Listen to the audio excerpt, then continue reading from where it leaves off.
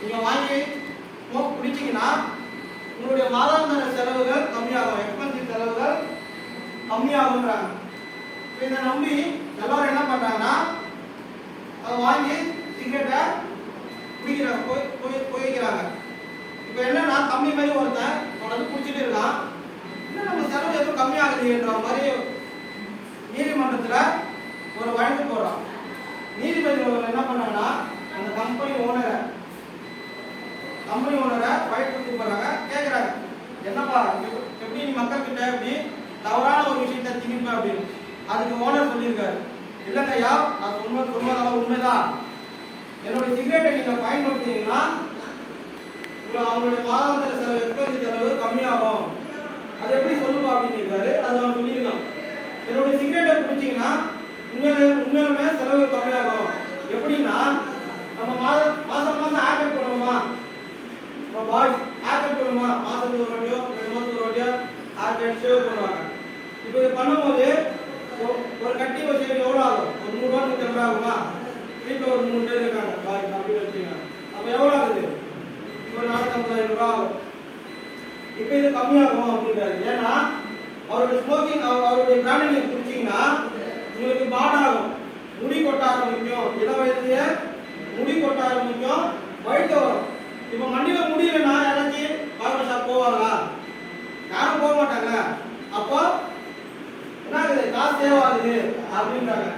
அப்புறம் இப்போ தேர்தலாம் பார்த்தீங்கன்னா வேற ஒரு வேலைக்கு சொல்றாங்களா, வீட்டுக்கு போவீங்களா, போவாங்களா, நீங்க தான் சொல்லுவாங்க எல்லாம் போவாங்களா, இந்த பேர லவ்லி இந்த காஸ்மெட்டிக்ஸ் எல்லாம் நிறைய செலவாகுது. அப்போ ஸ்மோக் பண்ணும்போது விண்டர்ஸ் வரும், பேசல சுருக்கம் வரும். நம்ம வீட்டில் பாட்டிங்க யாராச்சும் பேர லவ்லி வீட்டுக்கு போவாங்களா, யாரும் போக மாட்டாங்க. வயசாயிடுச்சு, சுருக்கம் வந்துச்சு, பவுடர் எல்லாம் போட்ட உடனே சரியாயிடும் போகுது, அது மாதிரி தானே. அப்போ சுருக்கங்கள் விழுந்தா யாரும் வீட்டுக்கு வரலாம் போக மாட்டாங்க. அப்போ இது மூலியமாவும் காசு சேவ் பண்ணலாம் அப்படின்னு சொல்லியிருக்காங்க. Next marriage. நம்ம கல்ச்சர்ல வந்து திருமணத்துக்காக தான் அதிக செலவுகள் ஆகுது. அப்போ அப்படி திருமணம் பண்ணாலும் அவங்களுக்கு குழந்தைகள் பிறக்க வாய்ப்பு இல்லை, அது ஒரு ஜெனரேஷனை உருவாக போவது இல்லை, ஃபெர்டிலிட்டி ப்ராப்ளம்.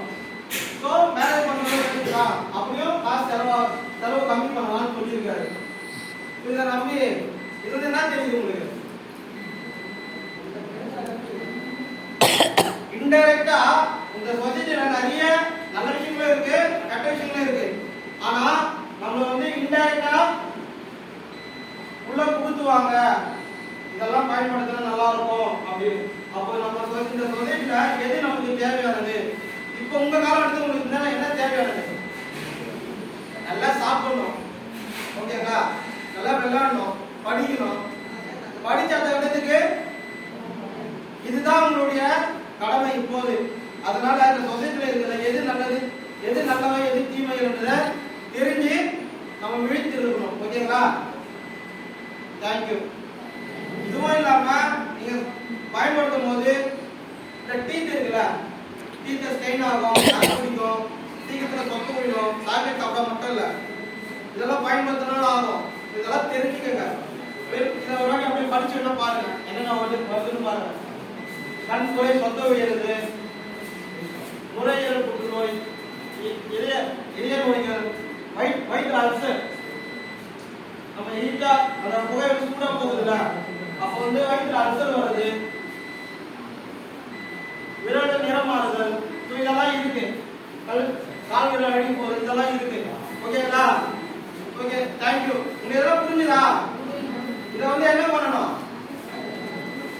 உங்களோட விடாம உங்க வீட்டுல இருக்கவங்களோ உங்க பேரண்ட்ஸ் யாராச்சும் ஸ்மோக் பண்ணலாம், இல்ல உங்க பாட்டி உங்ககிட்டயே ஏதாவது போய் ஒரு 2 பொடி வாங்கணும்னு சொல்லலாம், தாத்தா பாட்டி சொல்லலாம். அப்ப சொல்லணும், தாத்தா இதுவும் சிகரெட் குடிக்கிறது சமமானது. ஏன்னா சிகரெட்டை ஒரு பேப்பர்ல குறுக்கி வைக்கிறான், அதே கொஞ்சம் மைனூட்டா அரைச்சி பவுடர் ஆக்கி பொடியாக்கலாம், அதான் மூக்கு பொடி அது சொல்லுவாங்க, பொடியாக்கலாம். ஸோ அதை நீங்க சொல்லணும், உங்களுக்கு தெரிஞ்சத மற்றவங்களுக்கு சொல்லணும், இதுல இருந்து வெளியே கொண்டு வரணும்.